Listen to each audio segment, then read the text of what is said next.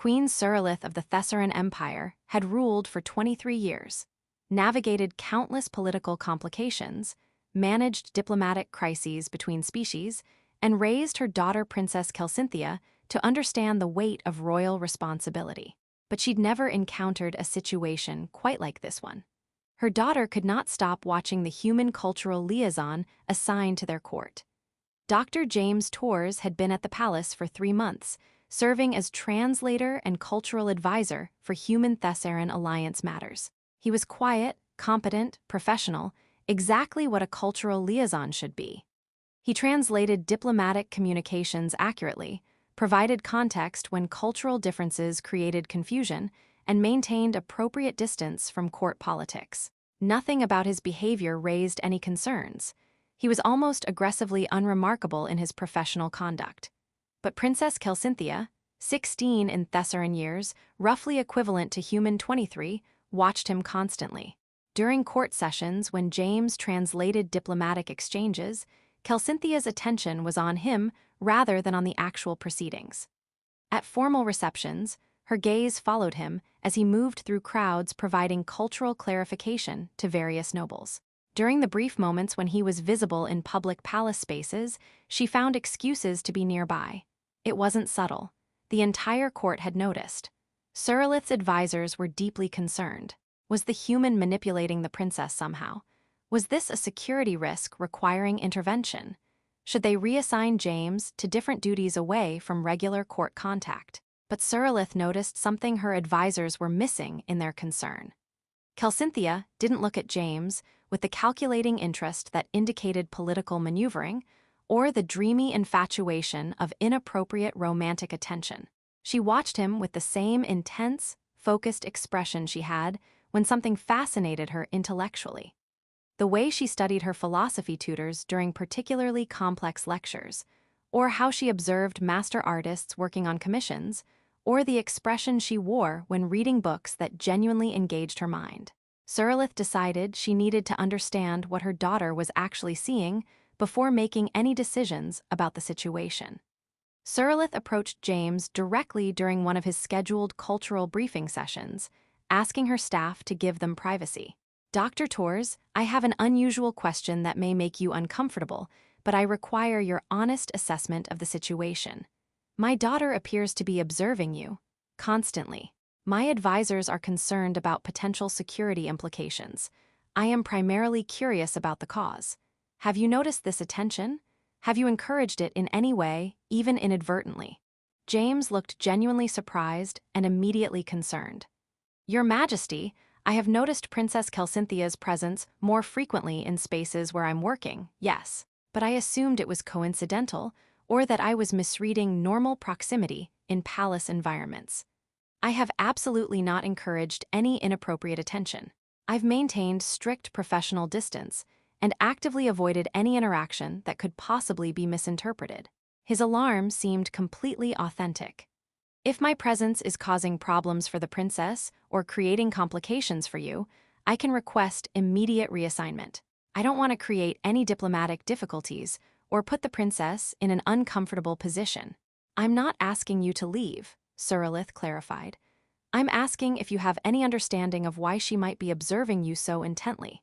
What about your behavior or presence has captured her attention in this way?" James considered this carefully, his expression showing genuine confusion. "Your Majesty, I honestly don't know. I'm simply doing my job, translating diplomatic communications, providing cultural context when misunderstandings arise, trying to facilitate productive alliance cooperation. I'm not doing anything unusual or particularly interesting. I'm probably the most boring person at your court by any reasonable measure." But Suralith remembered something from the previous week. During a particularly tense diplomatic negotiation, James had been translating when one of the human ambassadors used a phrase that didn't have clean Thessaran equivalent. Instead of providing literal word-for-word translation, James had paused and explained. "The ambassador is expressing frustration using a human metaphor about hitting a wall. Humans conceptualize obstacles as physical barriers in our language. So when we encounter problems that stop our progress, we describe the experience as if we've literally run into a solid wall we cannot pass through.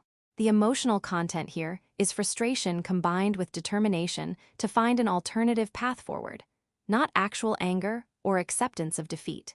That contextualization had completely changed how the Thessalon delegation understood the human position. Instead of perceiving hostility or intransigence, they'd recognized shared frustration and mutual commitment to finding solutions. The negotiation had proceeded much more productively afterward.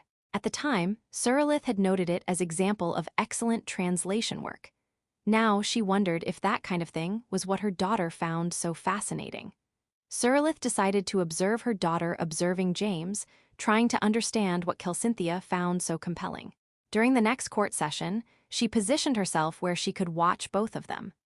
James was translating routine diplomatic correspondence, nothing particularly dramatic or interesting. Standard alliance communications about trade protocols and cultural exchange programs.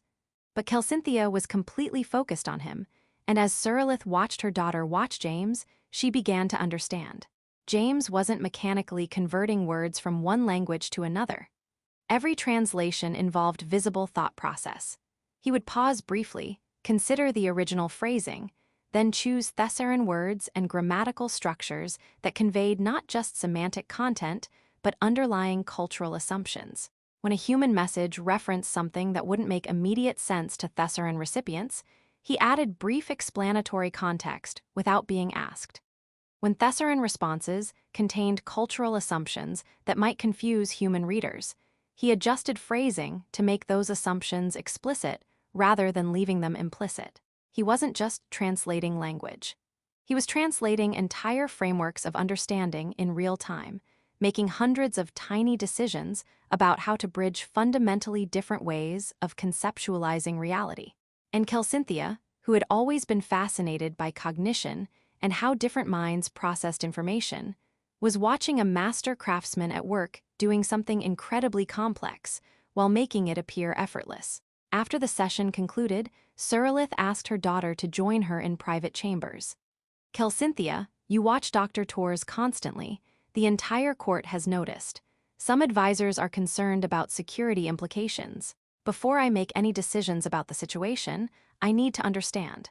What exactly are you seeing when you watch him work? Kelcynthia's ears flushed deep violet, the thesaurine equivalent of blushing, but she answered honestly. I'm watching him think, Mother. The way he processes translation isn't mechanical or simple. He's constantly making sophisticated decisions about how to convey not just individual words, but entire conceptual frameworks between species that understand reality differently. He holds both human and thesaurine thinking patterns in his mind simultaneously and bridges them in real time while preserving the original intent and emotional content. She leaned forward, her expression showing the intellectual excitement that had always characterized her approach to learning. It's beautiful watching someone's mind work at that level of sophistication, like watching a master artist paint, except his medium is cross-species understanding itself. Every translation he produces reveals dozens of tiny decisions about meaning, context, cultural assumption, emotional valence, and he makes all of those decisions correctly while making it look completely natural and effortless. Suralith understood. Her daughter wasn't romantically infatuated with James. She was intellectually fascinated by watching genuine expertise in action, by observing someone exceptionally skilled at something genuinely difficult make it appear simple through years of practice and deep understanding. It was the same way Kelcynthia watched philosophers engage in complex debate, or how she studied master musicians during performances, or her fascination with architects explaining how they conceptualized spatial relationships. But Suralith also recognized that even innocent intellectual fascination created complications when it involved the heir to an empire constantly watching a human cultural liaison. She arranged a formal meeting between Kelcynthia and James, properly chaperoned but allowing actual conversation instead of distant observation. Dr. Torres, my daughter has been observing your translation work. She finds your cognitive process intellectually fascinating rather than having any inappropriate interest. I thought it might be beneficial for her to ask questions directly rather than simply watching from distance, which has been generating speculation among certain members of court. James looked between the queen and princess, clearly uncertain about proper protocol, but willing to engage if the queen was directing him to do so. Calcynthia immediately took the opportunity. How do you actually do it? The translation process isn't simple word conversion. You're translating entire ways of thinking about reality. How did you learn to hold both human and Thessaran conceptual frameworks in your mind simultaneously while preserving accuracy and emotional content? James relaxed slightly. This was an intellectual question he could answer professionally without navigating complicated social dynamics. It took years of work, Your Highness. First learning the Thessaran language itself at vocabulary and grammar level, then living among Thessarans long enough to understand how your species conceptualizes reality differently than humans do. Humans tend to think linearly about causation. This event causes that outcome. Thessarans think more cyclically about interconnection and mutual influence. This factor affects that factor, which simultaneously affects the first factor. When I translate, I'm not just converting vocabulary. I'm converting between fundamentally different cognitive patterns while trying to preserve the speaker's original intent and emotional meaning. Calcynthia asked increasingly sophisticated questions about linguistic relativity, cognitive frameworks, how language shapes thought patterns, and how thought patterns influence language evolution.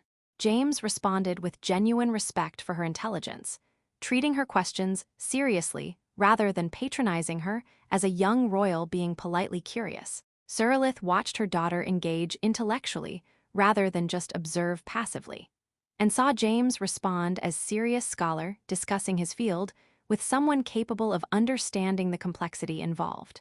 Over the following weeks, this became regular arrangement. Calcynthia attended James's cultural briefing sessions formally, asked questions, discussed linguistic theory and cross-species cognitive frameworks. The court gossip died down because it was clearly intellectual mentorship rather than anything inappropriate. And Suralith gained a significantly better translator because Calcynthia's sophisticated questions pushed James to articulate his process more clearly, which improved his ability to explain cultural context to both human and Thessaran audiences. Years later, when Princess Calcynthia had become a renowned scholar of cross-species cognition and communication, frequently cited in academic literature across multiple species, she credited James Torres as an early formative influence. I watched him think. Watched him hold two completely different frameworks for understanding reality in his mind simultaneously and translate between them in real time while preserving accuracy, emotional content, and cultural context. That fascinated me, not romantically or inappropriately, but purely intellectually. He demonstrated that genuine cross-species understanding requires more than learning vocabulary or memorizing cultural facts. It requires learning to think the way another species thinks while simultaneously maintaining your own perspective. That's extraordinarily difficult, and watching him do it apparently effortlessly made me want to understand how minds work across species boundaries. And James's perspective, when asked about his time at the Thessaran court. The queen noticed the princess watching me constantly and was understandably concerned about what that meant. Turned out, Calcynthia was fascinated by translation as a cognitive process, rather than having any inappropriate interest. Once we could actually discuss what interested her, how minds bridge different conceptual frameworks, how language shapes cognition, how genuine understanding requires holding multiple perspectives simultaneously. It became valuable intellectual exchange rather than uncomfortable observation situation. He smiled at the memory. She asked better questions than most of my academic colleagues, which forced me to articulate my process more clearly. That improved my own understanding of what I was doing and why certain approaches worked better than others. What started as the queen trying to understand why her daughter was staring at me constantly ended up making me significantly better at my actual job. The queen was puzzled. Why are my daughter's eyes always on you? Became a story told in both academic and diplomatic circles about how intellectual admiration can be mistaken for inappropriate